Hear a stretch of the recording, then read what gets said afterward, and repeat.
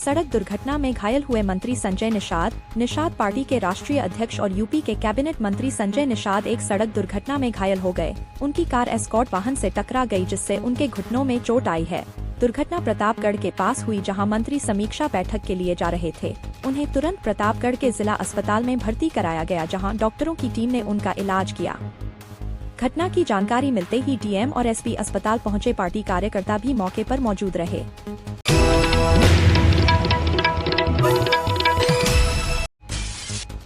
उत्तर प्रदेश उपचुनाव में सपा ने घोषित किए 6 प्रत्याशी। हरियाणा विधानसभा चुनाव में हार के बाद कांग्रेस को उत्तर प्रदेश में भी झटका लगा है। सपा ने यूपी उपचुनाव के लिए 10 में से 6 सीटों पर अपने प्रत्याशी घोषित कर दिए हैं। इनमें फूलपुर और मझवा सीटें भी शामिल हैं, जहां 2022 के चुनावों में बीजेपी ने जीत दर्ज की थी। कांग्रेस ने सपा से इन सीटों की मांग की थी, जिसे ठुकराते हुए सपा ने अपने उम्मीदवार उतारे हैं।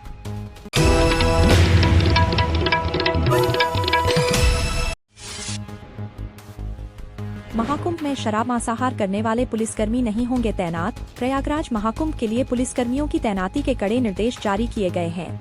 डीजीपी मुख्यालय ने स्पष्ट किया है कि शराब और मांसाहार का सेवन करने वाले पुलिसकर्मियों को ड्यूटी पर नहीं लगाया जाएगा। महाकुंभ के लिए चुने जाने वाले पुलिसकर्मियों की सत्यनिष्ठा, छवि और आचरण का भी ध्यान रखा जाएगा। आरक्षियों की आयु 40 वर्ष, मुख्य आरक्षियों की 50 वर्ष और निरीक्षक की आयु 55 वर्ष से कम होनी चाहिए।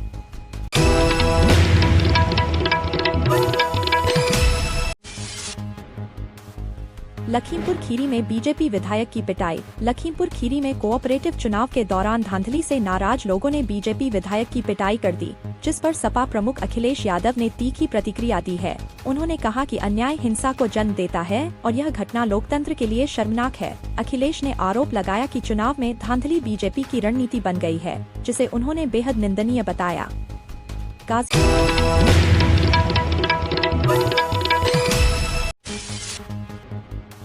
गाजियाबाद में यति नरसिंहानंद की टिप्पणी पर मुस्लिम समुदाय का विरोध। गाजियाबाद में महंत यति नरसिंहानंद द्वारा पैगंबर मोहम्मद और कुरान पर की गई आपत्तिजनक टिप्पणी के बाद मुस्लिम समुदाय में आक्रोश फैल गया है।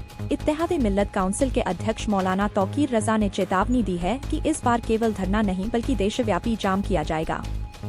दिल्ली के रामलीला मैदान में बड़ा प्रदर्शन होगा, जिसमें देश भर से लोग शामिल होंगे।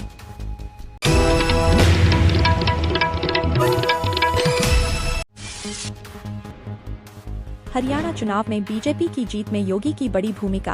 हरियाणा विधानसभा चुनाव में मुख्यमंत्री योगी आदित्यनाथ ने अहम भूमिका निभाई, जहां उन्होंने 14 जनसभाएं की और 9 सीटों पर बीजेपी को जीत दिलाई। 70% की स्ट्राइक रेट के साथ योगी की सभाओं ने बीजेपी को मजबूती दी। वहीं राहुल गांधी की 8 सभाओं से कांग्रेस को सिर्फ 2 सीटें मिली। बीजेपी ने 48 सीटों पर जीत हासिल की, जबकि कांग्रेस को 37 सीटें मिली।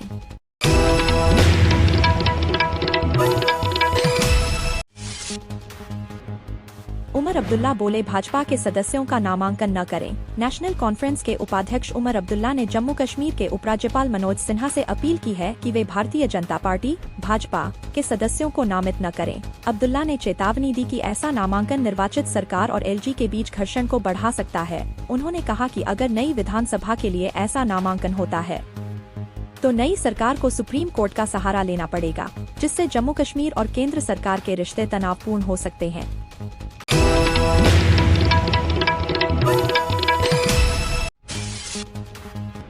हरियाणा चुनाव में कांग्रेस ने लगाया गड़बड़ी के आरोप। हरियाणा चुनाव में गड़बड़ी के आरोपों को लेकर चुनाव आयोग ने कांग्रेस अध्यक्ष मल्लिकार्जुन खड़गे को पत्र लिखा है। कांग्रेस ने कहा कि वोटों की गिनती जानबूझकर धीमी की गई और कुछ नेताओं ने ईवीएम पर भी सवाल उठाए हैं। आयोग ने खड़गे के बयानों को गंभीरता से लेते हुए कहा कि कांग्रेस को अपनी शिकायतें दर्ज कराने का अवसर दिया जाएगा। आयोग ने कांग्रेस के बयानों को लोकतांत्रिक प्रक्रिया के लिए चिंता का विषय बताया है।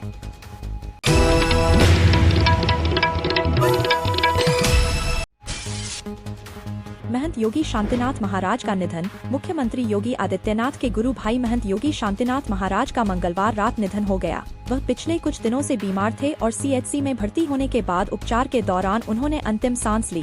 महंत न्यूरानपुर मुड़िया आश्रम में रहते थे। उनके निधन की खबर सुनते ही आश्रम में श्रद्धालुओं की भारी भीड़ एकत्रित हो गयी, जिसके मद्देनजर पुलिस बल तैनात किया गया। उनकी मृत्यु संध्या पूजा के दौरान हुई, जब वह अचानक गिर पड़े।